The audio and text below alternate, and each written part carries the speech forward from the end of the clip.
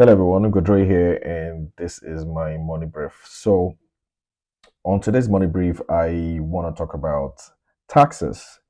Yeah, so um, the Presidential Committee on Fiscal Policy and Tax Reforms, I always mix that up, have been in the news lately, and most recently, the news is about them wanting to increase the effective tax rate for rich Nigerians to 25%. It's a little bit confusing. I've been trying, going online trying to figure out what exactly they mean. But here is him, quoted, and I think uh, you can run this video as well. But if I can just say it out, what he says here was, if you earn 1.5 million or less, your personal income tax bill will go down. Of course, at the lower end and completely exempted. If you earn more than that amount, you see it going up incrementally up to 25%. And it goes on to say, today, if you earn up to 100 million a month, nobody pays 19% effective personal income tax rate.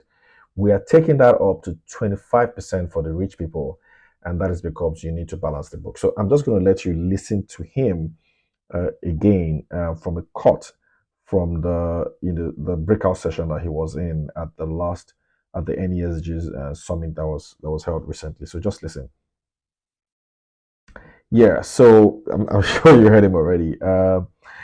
Not really sure what he means. So the confusion now is it saying that it is those that earn 100 million naira and above that will pay that 25% effective tax rate, or is it those that earn 1.5 million and above? Not really clear because of something he said. He said that if you earn above 1.5 million, you would see that amount, that's the rate, go up incrementally to 25%.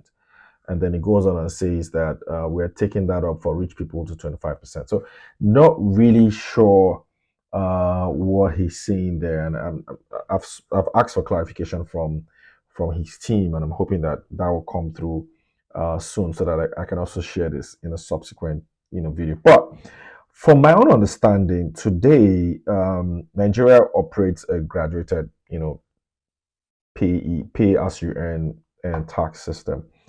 So, in case you didn't know, I'm sure if you check your pay slips, you tend to see your tax deduction. But you might not know how this thing is calculated. Not that complicated. So, let's assume you earn 1 million naira a month.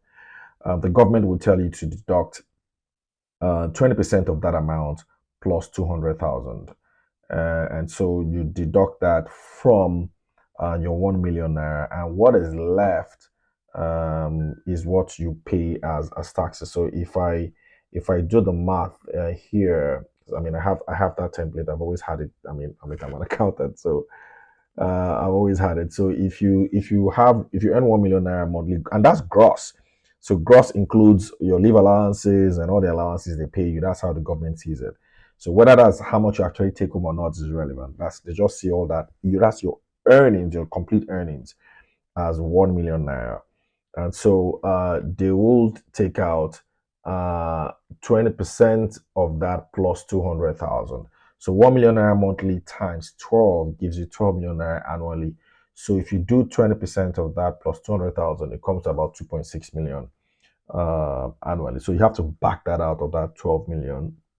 Then you also take out 8%, which is what you contribute for pension. That's the minimum we contribute. So 8% of your, say, your entire 12 million, or your basic housing and transport, as some like to call it. Let's say, if you can assume that's what you have, can come to another maybe 500,000-600,000. So you have to back that out. So what is left is what is taxed. So let's assume what is left is maybe 8.8 million or thereabout after. So from your 12 million, they're going to back out, say, 4.5 million or so, or let's even say 4 million, and it's probably just 8 million that is left for them to tax, right? So that's what they tax. So that 8 million, they first of all tax the first 300,000, then the next 300,000. The first 300,000 they tax 7%, the next 300,000 they tax 11%, the next 100,000 15%, another 500,000 19%, and then in 1.6 million 21%, and then the rest they tax 24%. So that's the the bit that might just be a little bit complicated, but it's just pure math, and they just do it so that the tax burden can sort of like be shared across different salary band. But usually, what concerns you is your effective tax rate anyway. So, your effective tax rate, which is basically the actual amount of tax you pay divided by your gross, is your effective tax rate. So, for people who earn 1 million, let's assume that they don't even contribute to how National Housing Fund, which is also a deductible. So the only thing you deduct from your earnings is just that consolidated relief, which is the 20% plus 200,000, and then your pension fund. Your effective tax rate is usually around 16%. So which means if you earn 1 million, so it's just 16% of that that you often pay as taxes. So that's like 160K. So you tend to go home with about maybe 840. My math is correct. Now, but that's not really what you go home with anyway, because they still have to deduct the pension that you contribute from it. But I mean, that pension is still your money. It's just that someone's saving it for you. So the money that's actually yours becomes 840,000. That's for 1 million. So, but what he seems to be saying is that people who earn above 1.5 million, their effective tax rate will be 25%. That's what it sounds like. But then, if you kind of listen again, it also then sounds like maybe it'll be incremental. So, not really sure. It's as if he's saying it is those that earn 100 million and above that will pay that 25%. It's confusing, to be honest, and maybe they will clarify it. But let's even assume that that incremental amount of 25, or let's even assume that they want those of us that earn 1.5 million and above. Yeah, I'm not earning that job, but I mean, you know what I mean. Do you any less? But let's even assume that you're earning 1.5 million naira and above. So let's even give you 1.6 million. So if I model 1.6 million here, uh, then your effective tax rate is about 16.7%. That's assuming they only deduct your pension and that consolidated relief allowance, which is what I mentioned, which is your 20% plus 200,000. Okay. So 1.6 million per month gives you about 19.2 million per annum. And so the taxes you pay per month is about 267,000 naira. So from that, you're 1.6 million.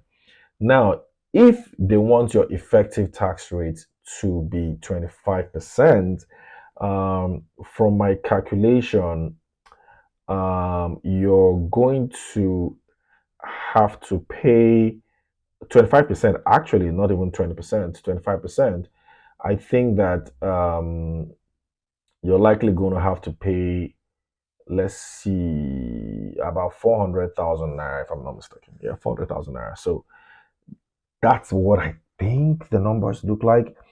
And that's a substantial amount. So you're going from 260 something thousand to 400,000 naira if you're earning 1.6 million. And it goes on and on and on for those that are earning. So if you're earning, let's even say you're earning 2 million naira monthly, you're likely going to be paying 515,000 naira taxes. So compare that to what you currently earn, and you see that it's actually a substantial amount of money. So that's basically what it looks like they're looking at doing. I mean, he said that 100,000, 100 million and above monthly. There are very few Nigerians who earn that much. So I doubt he meant 100 million naira is the benchmark for that 25%. So I suspect it's people who earn 1.5 million and above is who they want to graduate to at least an effective tax rate of 25%. Now, how they're going to do that graduation, I mean, I really don't know. But the bottom line is that they're saying you pay 25% effective tax rate. So essentially, 1.6 million, if you use that as an example, is about $1,000. So if you earn $1,000, Nigeria is saying we're going to take 25% of that. So that's like $250,000 is what we're going to take. 250, $250. I beg your pardon, is what you're going to take. So you're going to go home with $750. So for Nigerians living abroad, is that what you pay if you earn $1,000? I don't know in terms of taxes. Remember, this is gross. So is that what your take home is? So are you paying less than we might be paying in Nigeria? It would be nice to see your comparisons here, but that's what the Nigerian government is putting forward. Now, it's important to note that the the Presidential Tax Reform Committee has a principle. Their principle essentially is for the rich to pay more taxes and for the poor to pay less taxes. That's the essential principle guiding everything here. And so That's why they're doing this, and don't ask me. But like I said, as we get more clarity, I will try to explain here. And there's several reforms or several ideas they put forward. I would try to touch on them as much as I can in future money briefs, but that's my understanding. If you've got comments or questions, of course, please feel free to put it forward. It would be nice to hear from you. That's the money brief for today, and do have a profitable day ahead. Bye.